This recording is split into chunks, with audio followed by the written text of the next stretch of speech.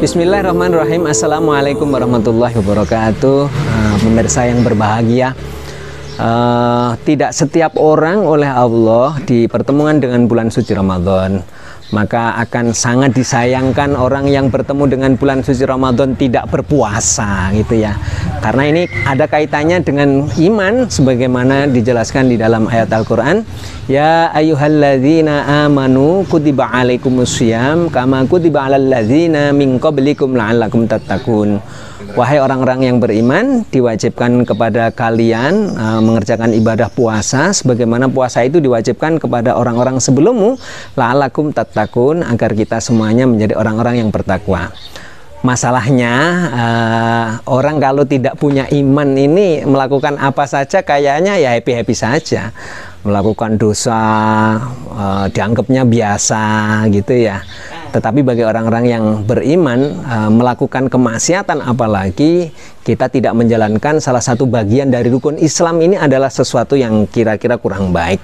Maka menjadi sangat penting dan patut kita bersyukuri, alhamdulillah Allah masih mengirimkan kepada kita energi yang luar biasa yang namanya iman. Maka marilah iman ini harus kita rawat dengan sebaik-baiknya agar kita semuanya oleh Allah akhirnya akan diantarkan sampai kepada derajat muttaqin, sehingga orang-orang yang bertakwa ini kan luar biasa. Wa may yattaqillaha yaj'al lahu min amrihi yusra.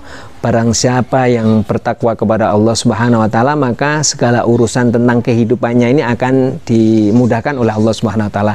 Kadang-kadang kan begini ya, ada orang yang kualitas ketakwaannya ini tidak jelas.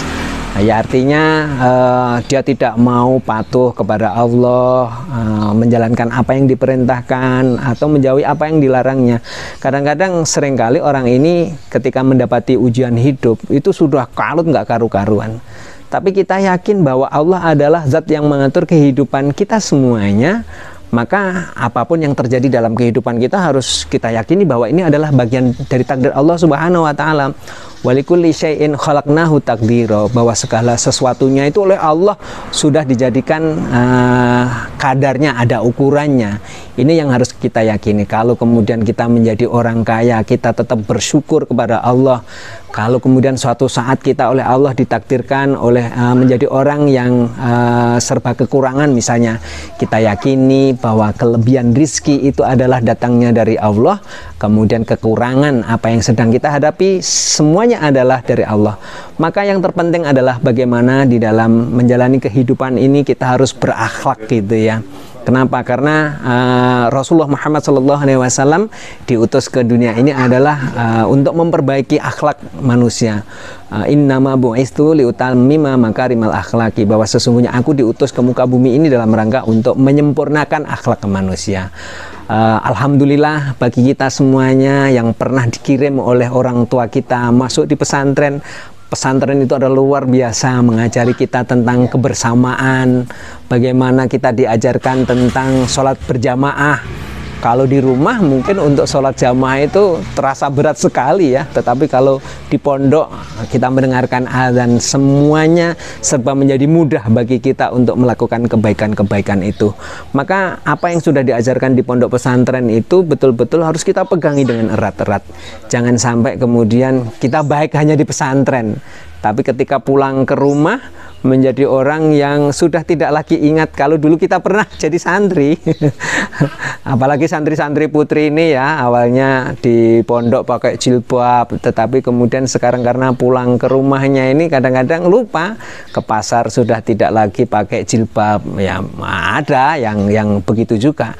Maka akan sangat disayangkan kebaikan-kebaikan yang sudah pernah kita dapatkan di pesantren itu seharusnya harus kita tempelkan di dalam hati kita menjadi menjadi kuduah, menjadi panduan kita, sehingga kita tetap akan menjadi orang baik walaupun telah kembali ke masyarakat, dan justru harus menjadi inspirasi bagaimana kebaikan di pesantren itu harus kita kembangkan. Misalnya kita melayani masyarakat untuk bersama-sama, misalnya ada selamatan, kita kalau dimintai tolong untuk menjadi orang yang memimpin kegiatan selamatan, alhamdulillah karena kita pernah belajar tentang hal itu, kemudian kita bisa melakukannya. Kalau kita dimintai sesuatu dari orang yang ada di sekitar kita, marilah kita manfaatkan peluang itu untuk khidmat ke masyarakat, karena di dalam hadis disampaikan ar-rahimuna yarhamumur rahman, orang yang biasa menyayangi kepada orang lain akan disayang oleh Allah Zat yang Maha Pemurah.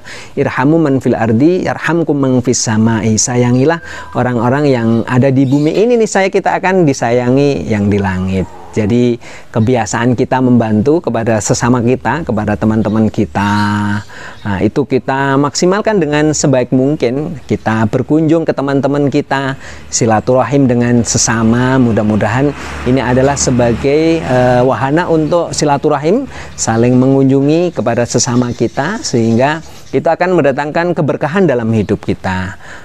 Sabda Nabi, mangkana yu'minu billahi wal yaumil akhiri falyasil rahimahu, barang siapa yang beriman kepada Allah dan hari akhir, hendaknya orang itu menyambungkan tali silaturahim.